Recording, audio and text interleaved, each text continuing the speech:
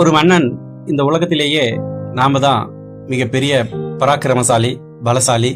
அவர் எப்பயுமே தன்னை சாதாரண மக்களோட ஒப்பிட்டுக்காம அளவுலையும் உடல் அளவுலையும் அறிவு ஞானம் எல்லாத்திலையும் மிக உயர்ந்த சக்தி படைத்தவரா நினைச்சிட்டு இருந்தாரு. அதன்படி மற்றவங்க யார் நமக்கு இணையா இந்த உலகத்துல ஞானியா இருக்காங்க, தலை சிறந்தவரா இருக்காங்க அப்படின்றத கண்டுபிடிக்கணும்னு ஒரு போட்டி வச்சாரு. அதுல 3 ரூம் கொண்ட கதவுகளை ரெடி பண்ண சொன்னாரு. அதுல முதல் கதவுல தங்கம், வைடூரியம், மாணிக்கம் இதெல்லாம் கொட்டி கிடக்கும். 2வது கதவுல அதிகார பதவிகள் முழுவதும் இருக்கும். 3வது கதவுல அமைதி மட்டும்தான் இருக்கும், வேற எதுவும் இருக்காது.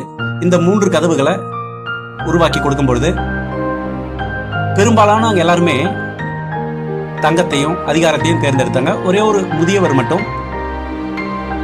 அமைதியா இருக்கிற ரூமை தேர்ந்தெடுத்தார். அதுக்கு காரணம் என்னன்னு கேட்கும்போது, பணங்காசு எல்லாம் வந்துட்டாலும் அதை அனுபவிக்கலாம், அதனால வர அனைத்து விஷயங்களையும் அனுபவிக்கலாம், இல்லைன்னு சொல்லலை. அதே மாதிரி அதிகாரம் எல்லாம் வந்துட்டாலும் நிறைய அனுபவிக்கலாம், ஆனா நிம்மதி கிடைக்குமானா சொல்ல முடியாது. ஆனா நிம்மதி மட்டும் கிடைச்சிட்டா மற்றது எது வேணும்ன்றதை தீர்மானிக்கிற தெளிவு நமக்கு கிடைக்கும். எது உண்மையிலேயே நமக்கு சந்தோஷம் கொடுக்கும் அப்படின்ற தீர்மானத்தை எடுக்கிறதுக்கு அந்த அமைதி தான் தேவைப்படுது, அந்த நிம்மதி தான் தேவைப்படுது. அதனால தான் நான் இதை தேர்ந்தெடுத்தேன் அப்படின்னு சொல்றாரு.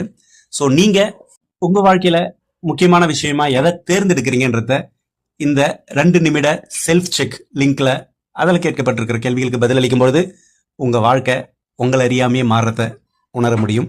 உபயோகப்படுத்திக்கோங்க. நன்றி.